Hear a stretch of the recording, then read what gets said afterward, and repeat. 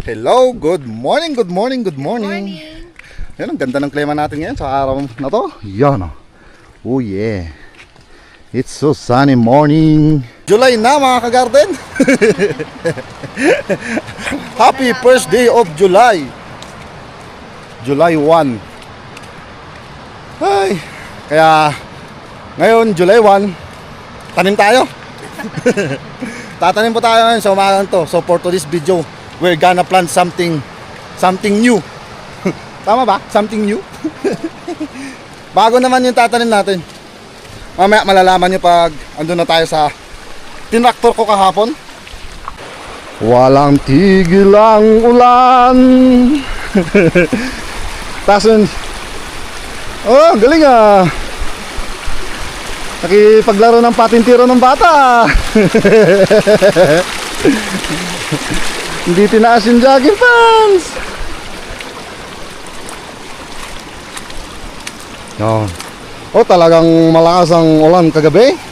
Hanggang dito, abot yung tubig. Ayun, may nasakdo pa. Ay, may nasakdo, may naharang. May naisabit.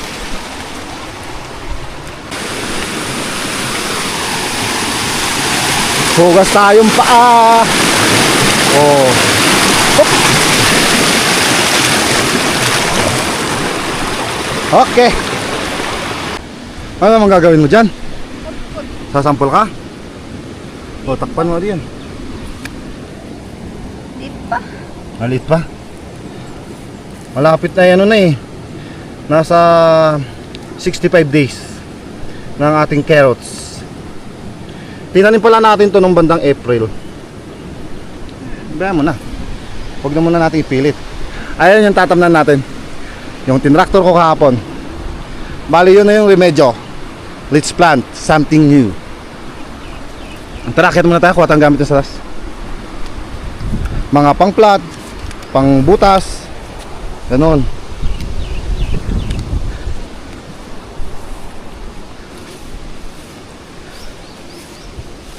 Wala pa tayong order nitong parsley. Mga ano siguro Huwebes, Biyernes. Pero at least no, ganda na. Sakto lang para marami-rami na ma-harvest natin.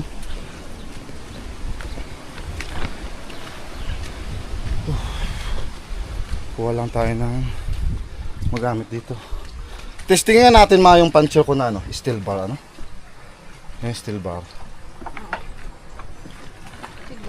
Para kasi yung ginawa natin sa black radish nung kailan is ano, yung kahoy, di ba? Ano naman yung steel bar naman, testingin natin. Hindi ba masyadong malalim yan? Tipid tayo sa ano na lang. Yung sa Ay, sakto lang ba? sa Lalim stick yan. na ginawa ko dati, ano, malalim yung pagkabutas ko. No? Bali, ito yung gagamitin natin puncher. Yun. Minsan ano yung pasok ko dito. Sana yung Pang stick flat. ko. Wala. We need tinidor. Yun. Ito lang siguro ah. Buti hindi ko ni-revise to. Kaya pala ano, re-revise ko sana to eh. Pang coriander kasi natin dati to, pero sobrang lawak. Kaya hindi na ginagamit. Ngayon lang ulit magagamit sa ating itatanim. Tama di ba? Maganda yung spacing mo. Oo. Parang parehas lang din sila sa black radish yung tinanim natin. Pero Yung paano yun padiretso? Pag ano, pahaba. Or pag ganyan. Mamaya na, discard yan na lang. Kailangan natin ano, i-minimize tapos maximize natin yung Ganyan ba kalaki sana yung ano mo? yung plot. Medyo ako na bala, ako magdi-discard dito. Ayan, inom lang tayong tubig, baba na tayo. Baba, ano kami?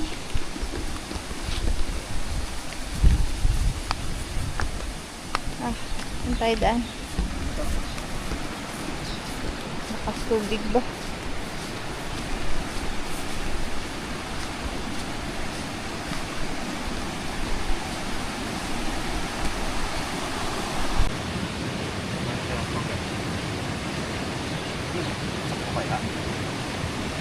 Pwede. Pwede? Pero apat. Apat na. Pwede no? magpa-plot muna ako. Tatanim kasi natin ay. Kaya sabi ko sa inyo eh. Ito yung tatanim natin. Oh. Diba? Ay swerte. Dumaan pa yung butterfly. Kita nyo ba yan? Oh. Red radish naman. At least to, locally, ano, na nabibili tayo ng punla locally. Dito lang. Sa Pinas meron. Ngayon tatanim natin dito. Diba? Nagtanim na tayo ng black. Red naman. Sa susunod siguro baka puti. Puti naman siguro sa susunod. Pero tsaka na pag nahanapan natin ng buyer. Ito kasi marami na tayong nakontak na kumukuha pala ng ganito dito. Noon pa pala to. Ngayon ko lang nalaman nung nagtanim ako ng black radish, marami nagsabi sa akin na i-try mo Albert ang red radish naman. Sabi nila sa akin. Di ba? Try and try lang until we succeed. Oh, di ba? Oh, hawakan nyo, pumalya yung ano natin dito, yung ating spinach. Ngayon naman, ito na siguro yung napapapalit. Kaya ito, tatanim natin. Dito na sa gilid. Plot na tayo. Mabilis ang plot. Sundin ko ulit ng tanim. Oo. At saka pansira mamaya. Maputik pa na. Tapos na ulan, kahapon. Kagabi. Gabi pa lang.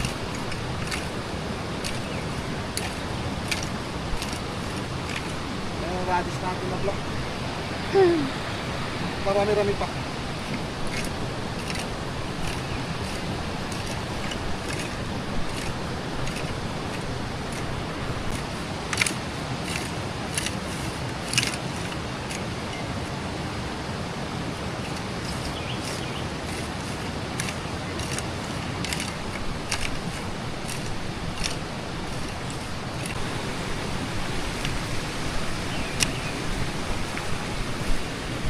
Ano, pag ganun na talaga? Oo. Pag ganyan. Ikaw man, pwede Para maganda rin. yung spacing. Oo. Takpo lang ganyan para hindi masyadong gilid. Kahit sobra yung ating puncher. Ayan, tama, di ba? Ito lang. Ilan na yan? 2, 4, 5, sakto 5, 5. 5 isang ano? Isang plot. So, isang plot na ganyan, 5 kada linya.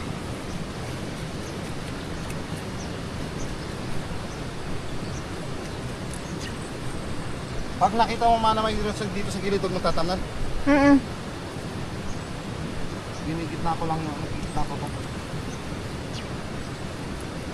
Matawag ka rin kasi. Malawak yung ito eh. Oo, kasi depende sa flat. Tigda dalawang ano muna. Flat. Tigda dalawang flat. Oh. Try mo na buksan yun, Mac. Ayan, ito na natin. Open, open! Ay, nasira na. Ay! Dami din pala. Ha? Dami din. Oo, 100 grams yun eh. Tingnan mo, nasobran ko ng punit. Kaya mo na. Maano to, tato? Mahigit itong panser natin eh. Takpo lang din.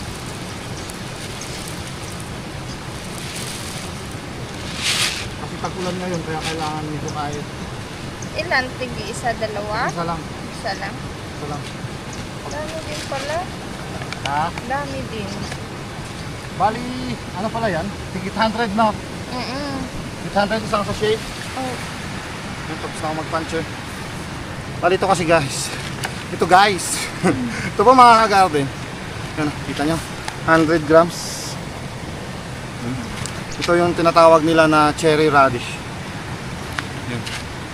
Ang dami nga. Dami no? Oo. Mukhang parehas lang sila ng black radish, no?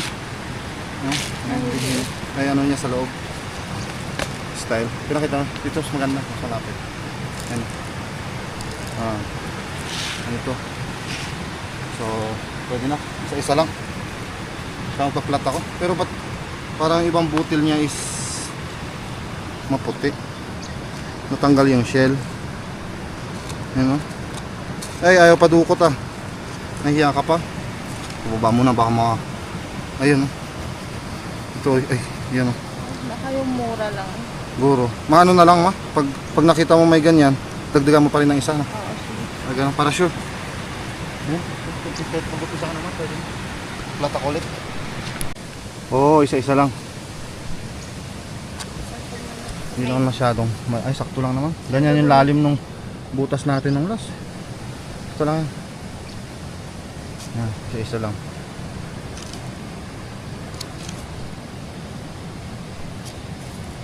Dapat manipis lang garod yung close. Ganun lang natin mamaya. Ay, Hindi nahulog yun. Shoot mo sa butas yan, nice. Kita ba mga kagarden yung ano? Yung nilagay? Hindi masyadong hindi kita. di na. No. Try din natin tong cherry radish.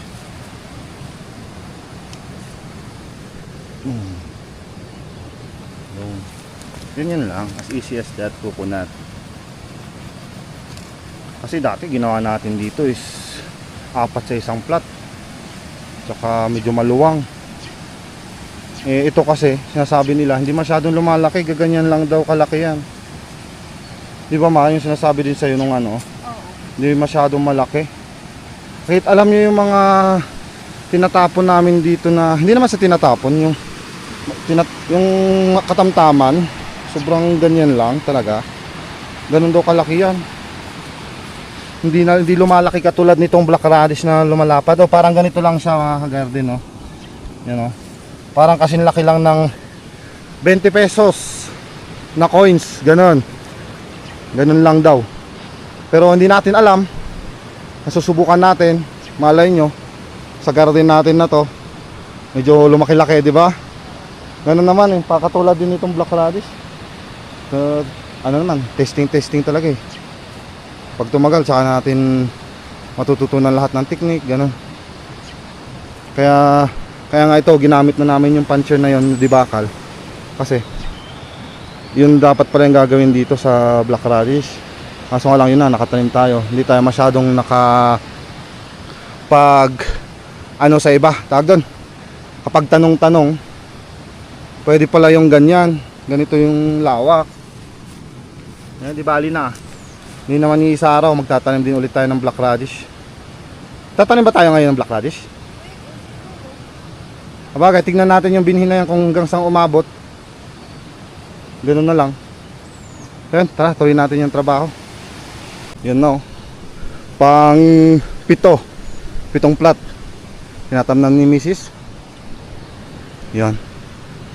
Ano ma? 10 na yung nabutasan ko dyan. Ano, dugtungan natin ng black radish ulit doon?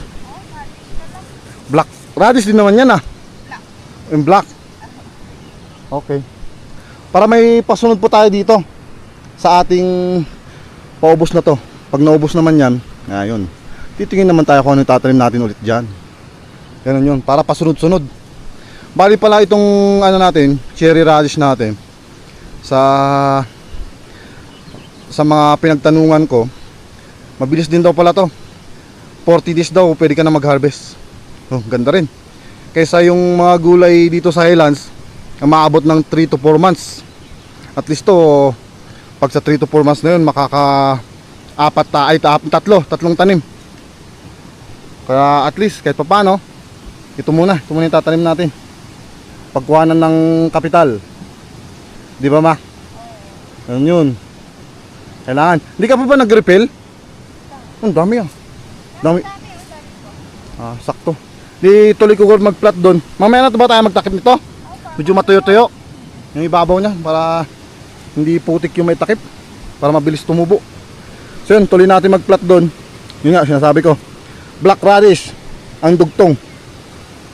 Kaya tara, trabaho ulit. Maya na natin tuloy mag-plat. Bali 4 hindi pa napaplat.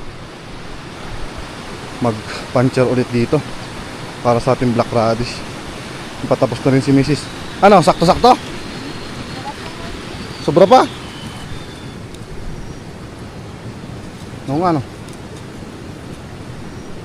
Maganda rin pala yung ganitong gagawin natin. 10 muna, di ba ma? Pansamantala, para tingnan natin kung maganda yung ganitong spacing natin. Hindi nyo inisip ko kanina nung nagpa-plot ako eh. Ano kaya, iparehas natin sana? Dito, yung black radish? Kasi di ba nung kailan yun ang naging ano natin doon? Ayun yung pagkakamali natin doon. No? Tapos kailangan malinis, ni katulad sana nung tinanim natin dyan. Medyo pinabayaan ko yung mga ilan-ilan na damo. Yun, no? Kaya medyo sumukal. Pag ano pala, may technique na para hindi masyado din humaba, sprayan ng pampano ng dahon para hindi humaba nga yung dahon niya. Kasi yung yan daw cherry kasi, ayon sa aking mga pagtanungan, hindi daw pala humahaba yung dahon yan. Maliit lang pa. Oo, katamtaman ng ganyan lang. Oh. Ganyan lang kahaba yung dahon niya. Ay yung radish natin dyan, napakahaba ng dahon eh. Kaya kailangan isprayan siguro. Hindi, baka talagang ganun yun. Ito talaga maliit.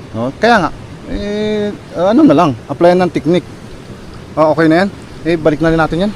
Balik mo na yan, sayang yan.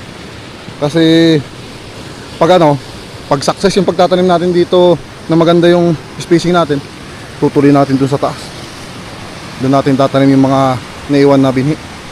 Ayun, kunin mo na lang ma dyan yung yung sa black radish natin, yung binhi. Buti nakibit-bit ko kanina. Tingnan mo nga yung diferensya. Pagkakaiba. Parehas lang ba? Walang pagkakaiba?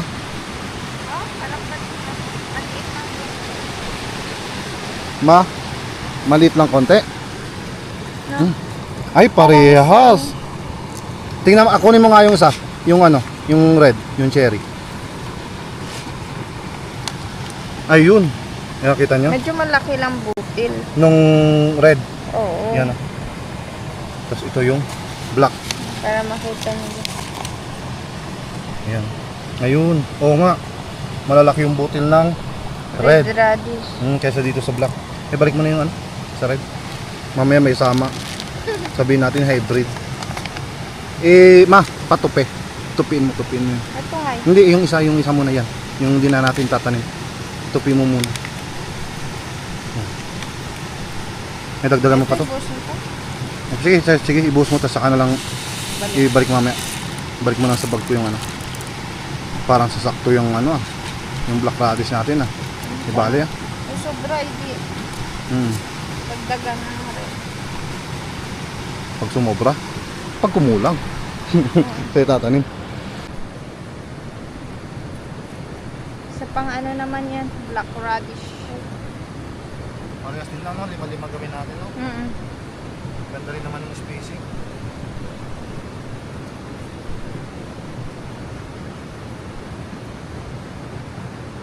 Kumpisa na ako ulit magtanim. Isa lang. Sa isa lang nga. Matulad kanina. Ganyan.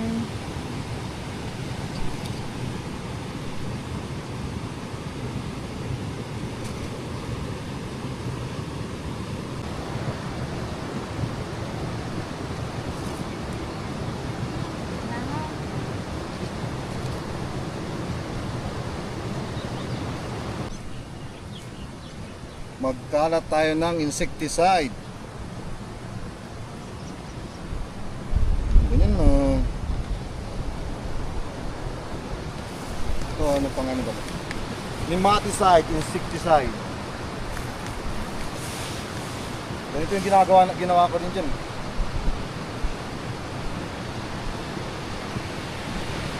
Bago tayo magtakip, bago natin takpan yung pamilya natin.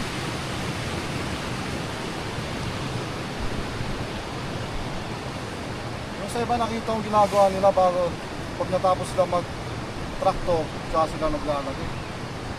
Tangga-tangga.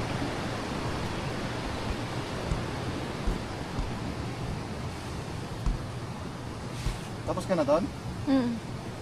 May naiwan? Wada. Oo na nga, wada pa. Ito lang po yung naiwan sa ating black radish. Pang ilang plot pa yan, mga siguro 2, 3 mahaba o 2 mahaba lang. Sayang din. Tanim na lang natin sa susunod. Unti-unti na natin takpan yung ating pananim.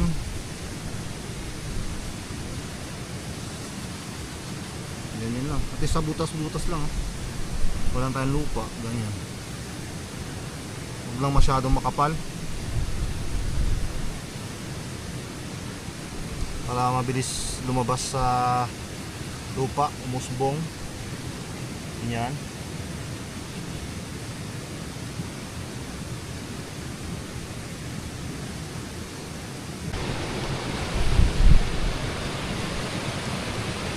Ayun, okay. Tapos lahat. So yan, maraming salamat po sa pagsama sa amin sa pagtatanim. Mag-ingat po kayo palagi. God bless. Bye bye. Bukas ulit ha.